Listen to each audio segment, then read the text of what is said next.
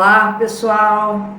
Bem-vindos mais uma vez ao canal oficial dos maratonistas brasileiros que terminaram as maratonas mais importantes do planeta, o canal Majors Brasil.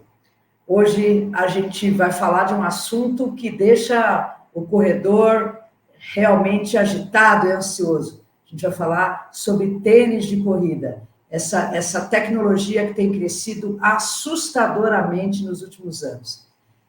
E a gente trouxe para cá alguém que eu particularmente entendo que é uma das maiores autoridades da América do Sul, na minha opinião, se não do mundo, a entenderem do assunto, e eu queria trazer para vocês hoje aqui, apresentar o querido Rodrigo Roens. Se eu falei certo o seu nome, Rodrigo, é isso mesmo? Oi, Vera.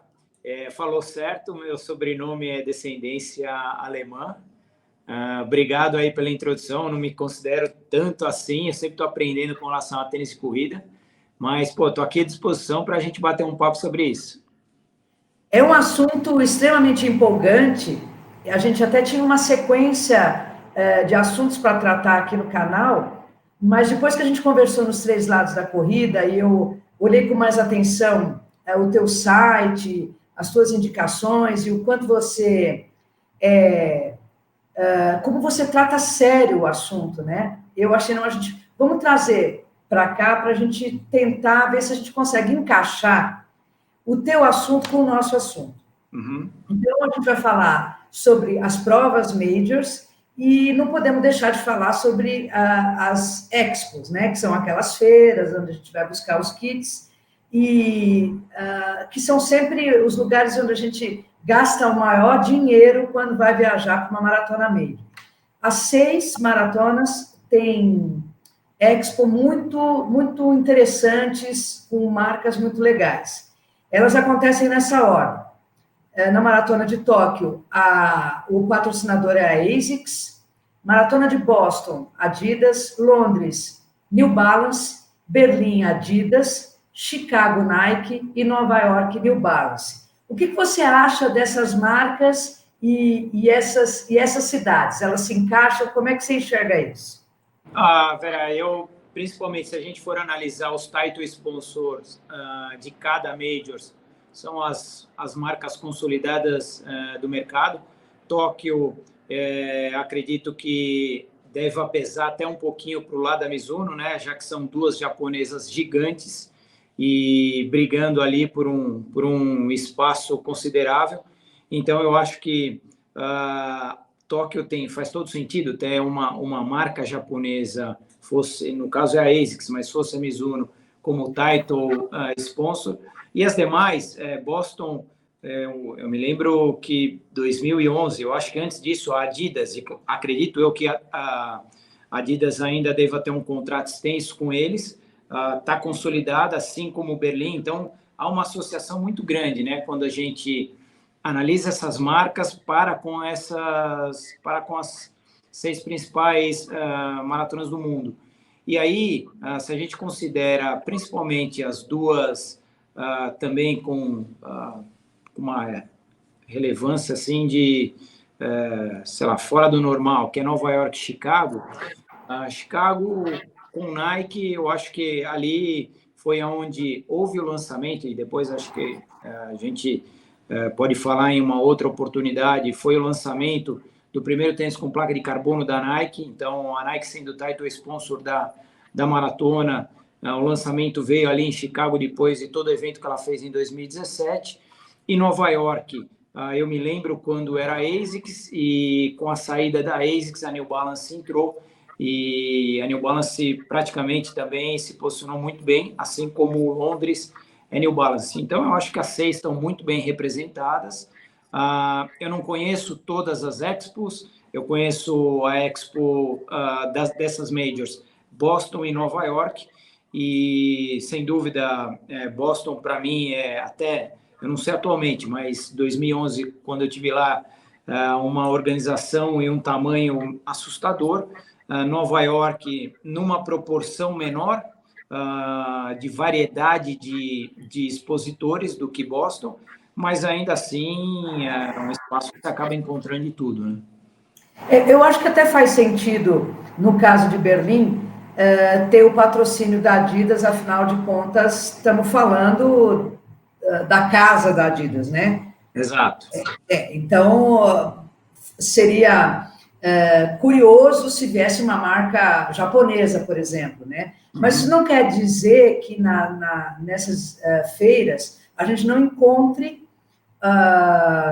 material esportivo das outras. Então, eu tive em Chicago em 2009, tive em Chicago em 2019, tive em Boston em 2012, tive em Boston em 2022. Então, você tem alguns estandes dessas marcas, mas não com o mesmo poder de fogo do sponsor, né, vamos dizer assim, que acaba produzindo tudo, a jaqueta, a camiseta regata, boné e tudo mais, né? E quase todas essas provas têm os seus tênis batizados, né? Então, de Tóquio tem com o logo da maratona e coisa e tal, mas nem sempre são os melhores tênis para correr, né, Rodrigo? E uma coisa interessante que você falou, Vera, isso eu acho muito legal esse tipo de ativação. Claro que o title sponsor de cada major, obviamente, ele tem lá o tênis da prova, normalmente vai aí o logo da prova, só que a gente vê isso em praticamente todas. As demais marcas que não são title sponsor, elas colocam uma edição referente ao evento. Às vezes não usa o nome maratona por direito, etc., mas coloca ali, por exemplo, Nova York, a gente vê muito isso. A Saucony coloca, sei lá, a New York City sem colocar o TCS Marathon, mas com uma alusão à prova, uma edição especial. Eu me lembro que a própria Fernanda trouxe para mim de Tóquio um Saucony Kinvara 2018, com um design muito bonito, não tinha ali os dizeres da Maratona de Tóquio, mas era uma edição limitada da Maratona de Tóquio. Então, eu acho que isso é muito bacana, isso é um atrativo para os corredores. É claro que a gente, aqui quando a gente, né, tem muita gente que estabelece um comparativo com o Brasil, é uma situação totalmente diferente, lá eles têm um orçamento, é um público muito maior, e isso que eu acho bacana, essa variedade de tênis, sejam eles para treinos diários, tênis de competição, mas com edições limitadas de cada maratona. Isso é muito legal. E é um mercado que tem crescido assustadoramente. Eu vou me permitir dar o meu exemplo pessoal, não vou ficar falando das outras pessoas, porque corredor fala muito de tênis. Eu prefiro esse para longão, eu prefiro esse para fazer treino de qualidade. Eu brinquei hoje num grupo que eu falei assim, eu quero um tênis para passear em festa junina. Então, que é bonito, colorido e tal. Mas, assim, no meu caso, propriamente dito, que não sou uma pessoa magra, eu sou sobrepeso, eu tenho que tomar muito cuidado com o tênis que eu vou usar. E todas as vezes que eu inicio um ciclo de maratona, eu sempre tenho na minha cabeça que eu devo ter pelo menos 3 pares à disposição. Um para longão, que é o cara que eu vou usar no dia da prova. Um para rodagens de qualidade, fartlek, tiro. Agora estou treinando em pistinha, tiro, então estou vendo que está fazendo diferença o tênis. E assim, para aquelas rodagens durante a semana, você tem um 10, tem um 9 e tal. Eu estou certa em ter essa visão de que eu tenho que ter 3 tênis à disposição. Eu vou te falar por mim, Vera, da mesma maneira que você usa 3 pares no teu ciclo de treinamento, eu uso 3 pares do meu ciclo de treinamento, lá de 15, 16 semanas. O que normalmente eu acabo fazendo, e essa configuração pode mudar de corredor para corredor, não tem problema nenhum com relação a isso, então eu uso ali 2 modelos com um pouquinho mais de estrutura e amortecimento, alternando os dois, para que eu não comprometa a vida útil de um único par. E aquele tênis que eu uso um pouquinho mais para fazer velocidade, o que eu faço? Eu uso ele ali, exemplo, na quarta-feira, que são os treinos de velocidade, e esse tênis, certamente é o que eu vou usar na prova. E aonde eu vou conhecer esse tênis? O tênis de performance, ele tem uma vida útil um pouco menor, então o que eu acabo fazendo? Os treinos longos que começam ali no ciclo 22, 24, 26, 28 e vai subindo, eu vou usando aquele mais estruturado de amortecimento, que eu alterno com outro, e quando eu vou para o meu maior treino longo, para o pico do meu treino longo, que seja 30, 32, eu coloco esse que eu uso na velocidade para simular a condição de prova. Se ele funcionar, ok. Se ele não funcionar, eu tenho um plano B para mudar e ver o que eu vou fazer, entendeu? Entendi. E tem tênis para meninos e tênis para meninas ou não? Na verdade, o que muda é... O que acontece é, então vou dar um exemplo aí, eu acabo atendendo bastante corredora que calça lá 40 feminino. O Brasil, infelizmente, não são todas as marcas que trabalham numeração grande no público feminino. E aí o que acontece? A gente tem que ir para menor, para o início de numeração masculina, para compensar essa condição. Então isso acontece bastante. O que muda? Vai mudar a forma. Então, vou dar um exemplo. Sei lá, determinada corredora calça ali o 40 feminino. A gente vai partir ali de um 39 masculino e, em alguns casos, o próprio 40 masculino, se for uma forma compacta, vai atender. Então, isso acaba acontecendo bastante.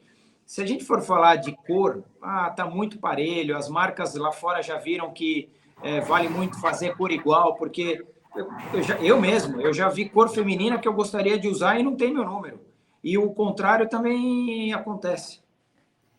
Isso era uma queixa minha alguns anos atrás, quando eu fiquei extremamente viciada em usar uma marca de tênis só, porque eu vinha de uma lesão e eu fui para o Mizuno Wave Creation.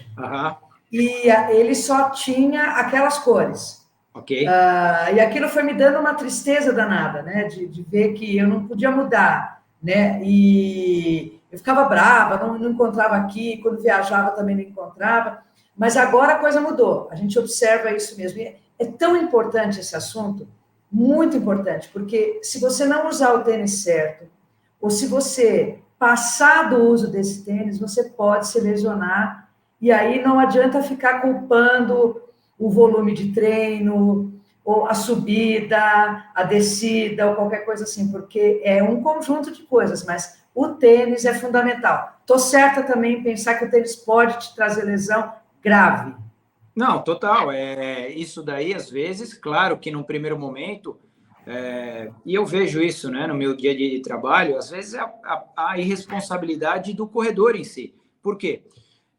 Às vezes é normal. Então ele entrou ali numa loja e aí quando é uma loja especializada você tem um atendimento diferenciado, mas ele entrou ali, está passando no shopping, entrou numa loja de rede, foi para parede de tênis de corrida e por alguma razão ele encontrou ali um tênis de competição, pegou na mão e falou: nossa, isso é absurdamente leve. E aí ele é uma pessoa que naquele momento está acima do peso e a alusão que ele faz é a seguinte: bom, se eu estou muito pesado, eu preciso de algo extremamente leve.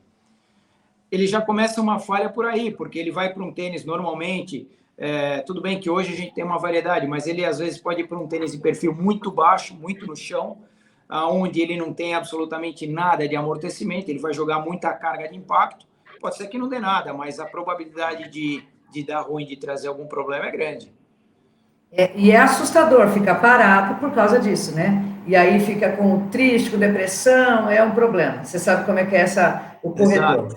Mas o que a gente pediu para você fazer hoje aqui, e eu te agradeço de coração, Rodrigo, a preparação que você fez. O Rodrigo está trazendo 6 modelos de tênis para cada uma das majors. Mas veja só, se você é um cara que performa, se é um cara que está correndo a 3 e pouco, se quer índices, se você quer ser sub 3, para. Hoje, este encontro não é para você.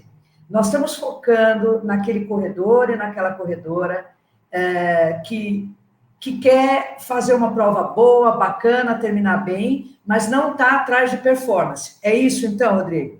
Isso foi o que a gente conversou. Eu acho que hoje vale até abrir um parênteses aí, né? Com essa febre de tênis com placa de carbono, parece que os demais tênis foram esquecidos.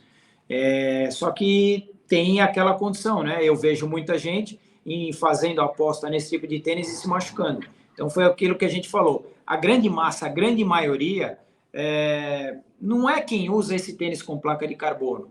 Então, em cima das escolhas que eu fiz, foi, obviamente, de acordo com o percurso, né, de cada prova. Aí eu vou explicar um pouquinho de cada tênis.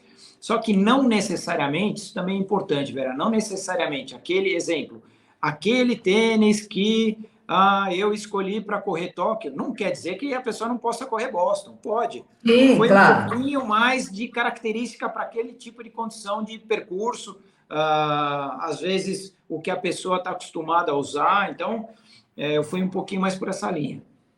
Eu me surpreendi com as suas escolhas, então vamos começar com a primeira de todas, Tóquio. Qual é a sua indicação para Tóquio? Então, se você, como você viu, eu escolhi, e é um tênis que hoje pouca gente conhece, que é o ASICS Nimbus Lite 3, né? Tem muita gente que conhece o Nimbus, um tênis consolidado no mercado, está na 24ª edição. E por que eu escolhi o Lite 3 e não o Nimbus 24? Qual que é a diferença para as pessoas entenderem? A ASICS, com o Lite 3, está na 3ª edição, esse tênis, comparado com o Nimbus 24, ele não tem aquele, vamos dizer assim, excesso de maciez que tem o Nimbus, e ele é um tênis bem mais leve que o Nimbus padrão. Então, pensando em Tóquio, por mais que a pessoa não vá buscar o foco 100% em performance, de repente, na condição que ela está treinada, esse tênis ele vai performar um pouquinho mais, talvez, do que fosse o Nimbus 24, tênis um pouquinho mais pesado, um tênis um pouquinho mais lento de resposta, e a gente está considerando aí também o Lite 3 um tênis de amortecimento. Então, é um modelo que ainda pouca gente conhece e que eu acho que vale apostar nele. Então, para Tóquio, eu acho que ele é uma boa opção. Perfeito e bonito. Vamos lá, então, agora para Boston. Boston. Qual é a tua opção? Esse daí, a Saucony Triumph 20. Essa é uma novidade. Vai ser lançado agora, se eu não estiver enganado, nas próximas semanas no mercado americano e aqui no Brasil. Lançamento basicamente é simultâneo, porque quem tem acompanhado o Saucony retornando para o Brasil, eu acredito, de uma maneira efetiva. Saucony é o principal tênis de amortecimento da marca. Percurso de Boston ali, se a gente pega ali, vamos colocar do 25 para a perna final de prova, uma parte do percurso que exige um pouquinho mais de musculatura de perna, o que a Saucony fez com esse tênis? Para a edição anterior, aliviou muito peso no tênis, melhorou o amortecimento do tênis, então é um tênis leve, extremamente macio, e esse extremamente macio não é aquele molão sem resposta, é um tênis que responde e que te mantém estável. Então, para quem tiver a oportunidade, esse tênis, acredito que deve ser lançado no Brasil nas primeiras semanas de agosto, e isso deve estar acontecendo simultaneamente no mercado americano para o finalzinho de julho e também para o início de agosto. Adorei a cor laranja. Londres. Londres, eu escolhi essa marca suíça, que é a On Running. Esse modelo é o Cloud Monster, foi lançado acho que há 3 ou 4 meses atrás. Para quem conhece a marca e alguns modelos da marca, esse novo modelo, o Cloud Monster, ele é o mais macio entre todos os modelos da marca já lançados. E com estabilidade. Então, o que chama a atenção nesse tênis é o quanto ele calça bem, porque é uma malha praticamente sem costura, o quão ele é estável e respirável também. Eu acho que para o percurso de Londres, para quem busca um tênis, priorizando, aí é importante dizer, Vera, para quem prioriza, gosta de amortecimento, mas fala, pô, eu quero um pouquinho mais de segurança, suporte e estabilidade, vale experimentar o Cloud Monster. Ele vai entregar de amortecimento, mas é um tênis que gera segurança e suporte. Olhando de fora, ele parece ser pesado, ele não é pesado. Se a gente pegar hoje os principais tênis de amortecimento, então isso é outra coisa importante de se falar. A pesagem padrão no mercado americano é ali 41, 40,5, mas basicamente o 41. E o que as marcas fazem? Elas tentam trazer o mais leve possível esses tênis, próximo ali de 300, 305 gramas. O Cloud Monster, no 41, eu acredito que esteja por aí. Então, às vezes a pessoa pega o tênis na mão, e eu posso falar por experiência porque eu tenho ele. A pessoa pega o tênis na mão e fala, nossa, é pesado. Mas quando você coloca no pé e vai correr com tênis, esse peso que é demonstrado quando você está segurando ele na mão, some quando você está correndo. Perfeito. Então, vamos para Berlim. Ponte aérea direto para Berlim. Qual é a tua dica para Berlim? Roca. E aí esse modelo, assim, claro, eu tive praticamente acho que quase todos os modelos de Roca. Esse é o Rincon 3. É um tênis que eu conheci em 2019 lá fora, quando foi lançada a primeira edição. Eu estou na minha 4ª edição desse tênis. E por que eu escolhi ele para Berlim? Percurso de Berlim é um percurso extremamente rápido, basicamente flat, você não tem muita oscilação altimétrica ou nada de oscilação. Dos tênis da Roca, para rodagem, é o mais leve que tem, e aí é estabilidade e amortecimento. Acho que vale até eu abrir um parênteses para os ouvintes aí da Majors. Quem conhece o Clifton, que é vamos dizer assim, o carro-chefe de amortecimento da marca, o Rincon, ele tem um pouquinho menos de amortecimento. Isso não quer dizer que o tênis não tenha amortecimento. Ele tem um pouquinho menos, mas um tênis absurdamente leve. Tem gente que não gosta de usar tênis de competição por não se adaptar, e é um tênis que trabalha muito bem em velocidade e também em prova. Então, eu acho que para quem quer um tênis leve, mesmo que não tenha objetivo de performance, o tênis vai atender muito bem. Gostei desse tênis. Vamos agora para Chicago. Chicago, para quem acompanha a Brooks aí, é a marca mais vendida no mercado americano, eu acho que, sei lá, pelo 3º ou 4º ano. O Brooks Glycerin, o 20 é também o principal modelo de amortecimento. Eles deixaram esse tênis ainda mais macio do que era a edição anterior. Uma característica de Brooks, né, de uma maneira geral, um tênis com muita durabilidade dessolado, pelo tipo de composição de borracha que eles usam, um tênis extremamente flexível e confortável.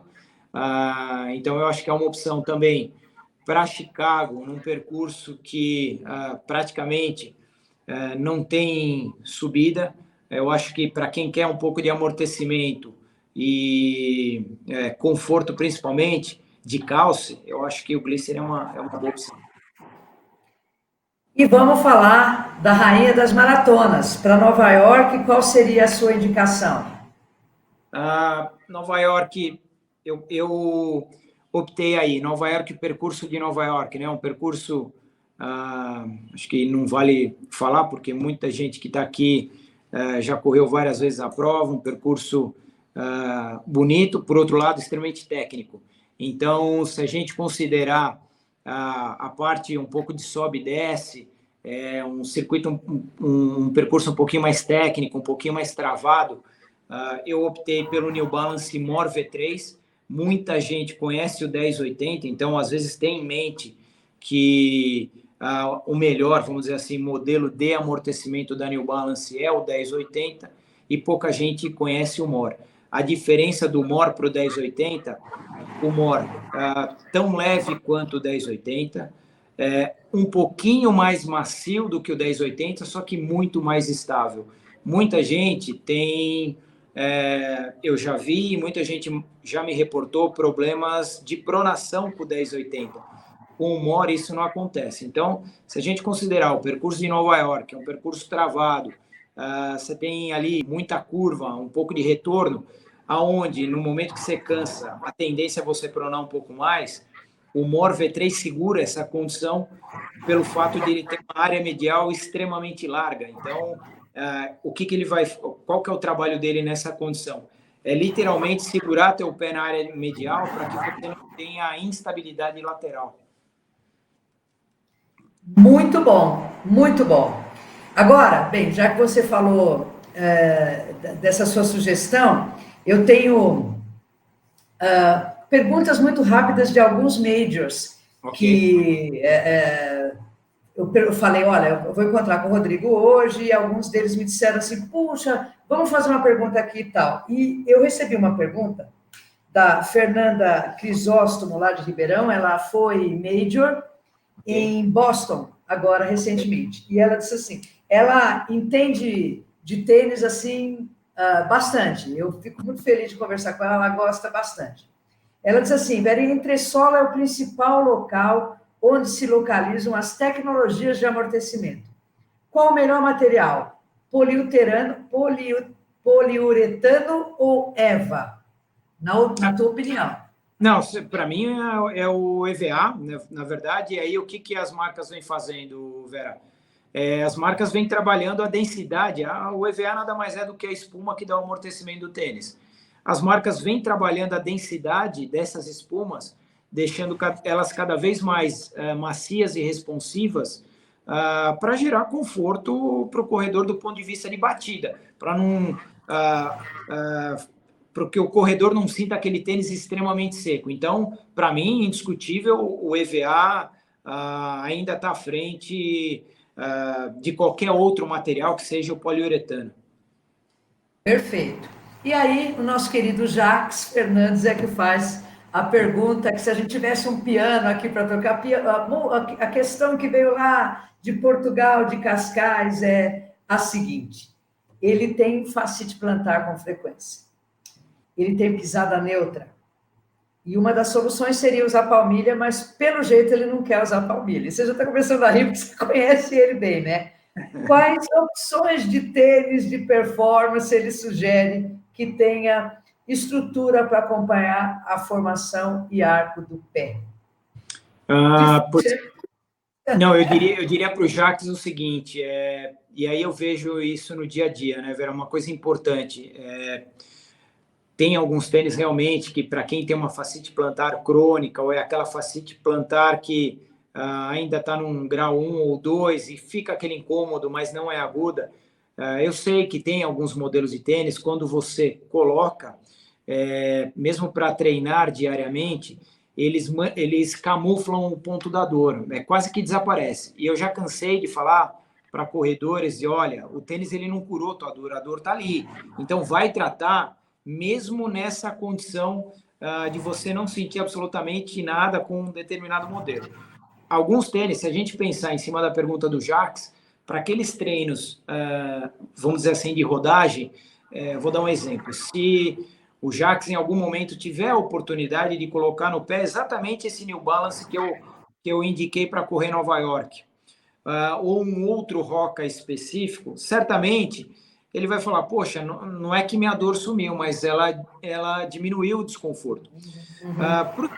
Para os treinos de velocidade, tiro de 400, tiro de 1.000, mas principalmente esses treinos mais intensos, os tênis de competição, os placas de carbono, tem um ou outro um pouquinho mais macio, mas eles acabam exigindo bastante.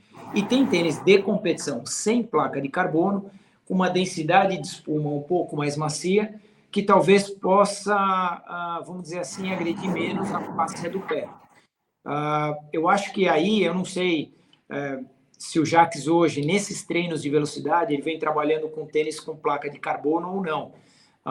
Mas alguns tênis de performance nessa linha, sem a placa, onde a espuma até trabalha de uma maneira com um pouquinho mais de liberdade, porque a própria placa de carbono ela está entre a espuma e às vezes ela limita essa batida, talvez funcione. Então eu diria para ele que existem poucas opções de performance para esses treinos de velocidade e aí uma quantidade maior para rodagem que, de novo, agride menos a face. E é uma lesão muito chata. Eu tive, foi a minha primeira lesão de corrida, em 2006 para 2007.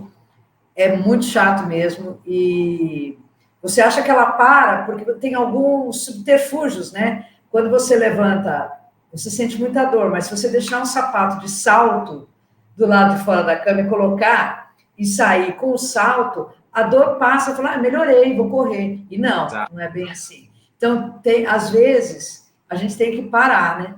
Isso eu tive que parar para curar. E é difícil falar isso para corredor, não é não? Total. Mas eu não sou de parar, então é difícil mesmo. Agora, a Kátia Pérez, que é major aqui de São Paulo também, uma queridona, eu ia almoçar com ela hoje, mas acabou não dando certo. Ela disse que ela tem condromalácia grau 4, que virou artrose. E ela só tem que usar tênis com amortecimento? Eu acho que assim, primeiro a gente entender, claro, que agora ela me mandou a pergunta, é muito importante, se eu falar para ela, olha, esse tênis vai um pouco melhor, ou esse tênis vai te atender de uma maneira que não te traga tanto desconforto, eu preciso entender o histórico dela de tênis. Porque, às vezes, ela já vem usando algo com amortecimento macio e não está funcionando. E pode, de repente, ser até algum modelo que eu possa falar aqui. Então, isso é algo importante, ela entender, em cima dos modelos, sei lá, que ela usou pelo menos nos últimos 2 anos, aí, que provavelmente ela não tenha variado tanto, o que atendeu melhor sem dar tanto desconforto, para a gente entender. Bom, sei lá, experimentou eu estou chutando aqui, um Roca Bondi, que é o de maior amortecimento da marca. Esse tênis trouxe um pouquinho menos de desconforto, mas por alguma razão ela não quer usar mais. Então, eu entender que tênis que vai nessa linha, para de repente ela ter algumas opções, mas seria interessante entender o histórico de tênis dela. Exatamente. E até mais uma dúvida. Quando os tênis de placa foram lançados, a gente tinha sempre a sensação de que eles durariam menos. Ou, sei lá, cravavam uns 400K. Agora, eles já estão durando um pouco mais ou é arriscado pensar nisso? Olha, Vera, eu acredito que eu nunca falo em durabilidade por quilometragem total, mesmo os tênis para treinos diários, porque isso pode variar demais. Em uma das minhas palestras, eu acabo sempre colocando isso. Eu dou um exemplo lá que um queniano usou um Vaporfly, ele aposentou o Vaporfly, se eu não me engano, com 1.200 quilômetros, e recentemente eu atendi um corredor que com quase 550 quilômetros, a placa de carbono estava aparecendo, tamanho era o desgaste de solado. Então, essa variação de desgaste, ela vai ocorrer, e pode ser tênis com placa, pode ser tênis sem placa, vai depender de estrutura corporal, de que forma que a pessoa usa esse tênis, se ela alterna com o segundo par, se ela não alterna. Tem muita gente que usa tênis de competição para todos os treinos, e ele tem, obviamente, uma durabilidade menor, então ele acaba mais rápido, ele deforma mais rápido, aí acaba entrando uma série de variáveis. Certo. Até eu tenho mais 2 perguntas que são de majors para você, e uma pergunta que eu deixei para ser a penúltima, porque eu achei complexa. Existe uma tendência natural do major, depois que alcança a mandala, procurar novas provas diferentes, e existe um número imenso de majors que acaba correndo Conrads. Uhum. E é uma prova que você tem que alternar corrida com caminhada, dependendo do nível do atleta. Você teria algum tênis que você recomendaria para fazer uma ultra como essa? Olha, Vera, obviamente, eu só corri uma distância de ultramaratona uma vez na minha vida, quando o Jim Carnazes veio para o Brasil, e aí aquelas 24 horas eu corri 12 com ele, então a única vez que foram, acho que 73 quilômetros, e em prova eu nunca corri. Mas hoje, se eu fosse fazer uma outra, seja Conrads ou seja qualquer outra prova, acima de 50 quilômetros, 100% que eu não usaria tênis com placa de carbono, e eu buscaria, Rodrigo, os tênis de maior amortecimento mesmo com relação à batida. Eu sou um cara relativamente leve, tem gente que pode perguntar, pô, mas se eu ia com tênis com super amortecimento um pouco mais pesado, eu estou pensando na hora que eu literalmente azedar na prova. Então, eu quero salvar a musculatura de perna. Para isso, eu ia optar por tênis com mais amortecimento, os principais que tem no mercado. Perfeito. E aí a pergunta que veio do Ellerson, que é de Brasília, que você acha que ontem o pessoal do Boca usou o tênis errado para bater o pênalti? Ali, não, o que pode ter acontecido foi ter escolhido o cravo da chuteira errado. Isso pode ter acontecido. Para quem assistir daqui a alguns dias, hoje, nós estamos fazendo essa gravação no dia 6 de julho de 2022. E ontem, dia 5, teve um jogo do Corinthians com o Boca lá na Bombonera e eles erraram o pênalti. E aí o Ellerson fez essa piadinha e deixou isso para a gente aqui relaxar nesse final. Olha, Rodrigo, eu só tenho que te agradecer. E eu queria que você deixasse os seus canais para contato, porque eu sei que, além de para a área que vende, comercializa tênis de corrida, você também faz uma consultoria pessoal. Exato. Então, conta para nós aí isso. O trabalho que eu faço hoje, na verdade, são duas vertentes. Eu faço os treinamentos aí para algumas lojas de equipes de venda e esse é um dos trabalhos. A consultoria de tênis de corrida que eu já faço desde 2012, então esse ano está fazendo 10 anos, tanto a consultoria presencial quanto a online, para quem não é de São Paulo, é de outro estado, eu atendo alguns brasileiros que moram em outros países. Basicamente esse trabalho de tentar encontrar o tênis próximo do ideal para cada corredor, diante de cada característica que cada corredor tem, que muda de corredor para corredor, estrutura corporal. Então, é uma série de análises que eu faço diante de informações que ele